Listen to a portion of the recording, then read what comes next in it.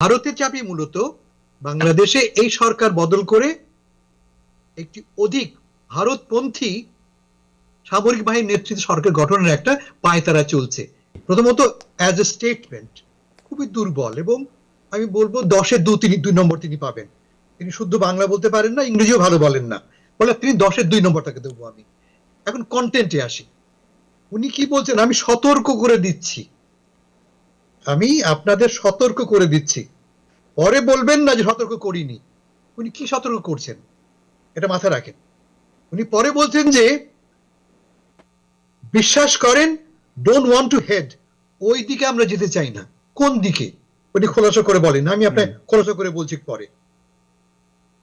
তারপর তিনি বলছেন যে যতবারই ডক্টর ইউনূসের সঙ্গে কথা বলেছি, he completely agrees with me there should be free and fair elections and that election should be within December, যে কথা তিনি প্রায় 5 মাস আগে বলেছিলেন।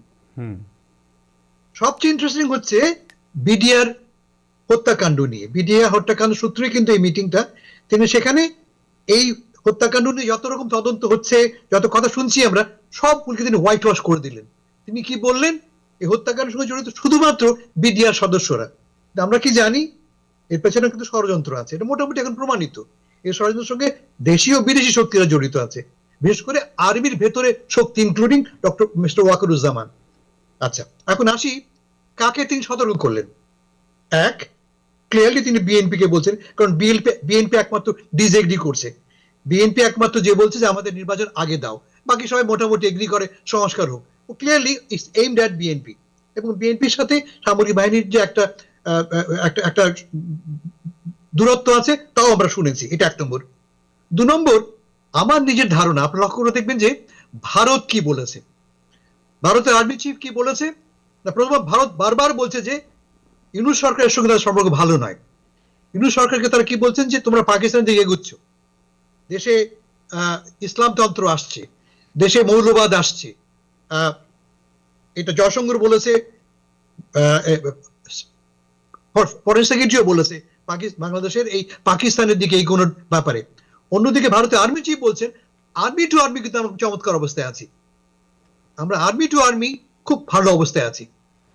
আমার রিডিং হচ্ছে যে ওয়াকারুজ্জামান সাহেব একটা আমাদেরকে বলে দিলেন যে যদি আমরা ক্ষমতায় যাই, যদি আমরা আলটিমেটলি আমরা যেতে চাই না, কিন্তু আমরা যেতে চাই না, বিশ্বাস করেন, ডোন্ট ওয়ান্ট টু হেড।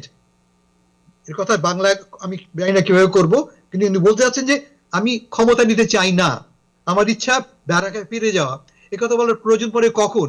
যখন প্রশ্ন ওঠে তিনি সেদিকে এগুচ্ছেন কি না।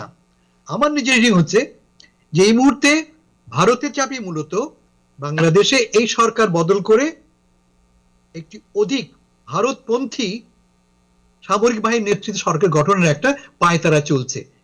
এই বক্তৃতাটা যে একদম অপ্রয়োজনীয় ছিল এই ভাষায় করা, আমাকে সে কথা ইঙ্গিত করছে। এটা একটা। 2 নম্বর, আপনারা জানেন দেশের আইন শৃঙ্খলা অবস্থা ভালো নয়। দায়িত্ব কার? দায়িত্ব পুলিশের, দায়িত্ব বিডিআর এর, দায়িত্ব র্যাবের, অংশত সেনাবাহিনীর। তিনি সবাইকে দায়িত্ব থেকে মুক্তি দিয়ে দিলেন। সব দায়িত্ব রাজনৈতিক দলগুলির। আপনারা ঠিক হয়ে যান, আপনাদের মধ্যে বিভেদের কারণেই এই সমস্ত গন্ডগোল হচ্ছে। আমার প্রশ্ন, তোমরা যারা আইন শৃঙ্খলা রক্ষার দায়িত্ব নিয়োজিত, তারা কি করছো? দায়িত্ব পালন করছো? দায়িত্ব পালন করলে কি এই ঘটনা ঘটে? ঘটে না। অথচ কোন দায়িত্ব তোমরা নেবে না। ফলে ওয়াকারুজ্জামান সামনে এই বক্তব্য আমার কাছে খুবই সাসপিশিয়াস মনে হচ্ছে, এবং আমি এটাকে খুব সন্দেহের চোখে দেখছি আমি। Thank you.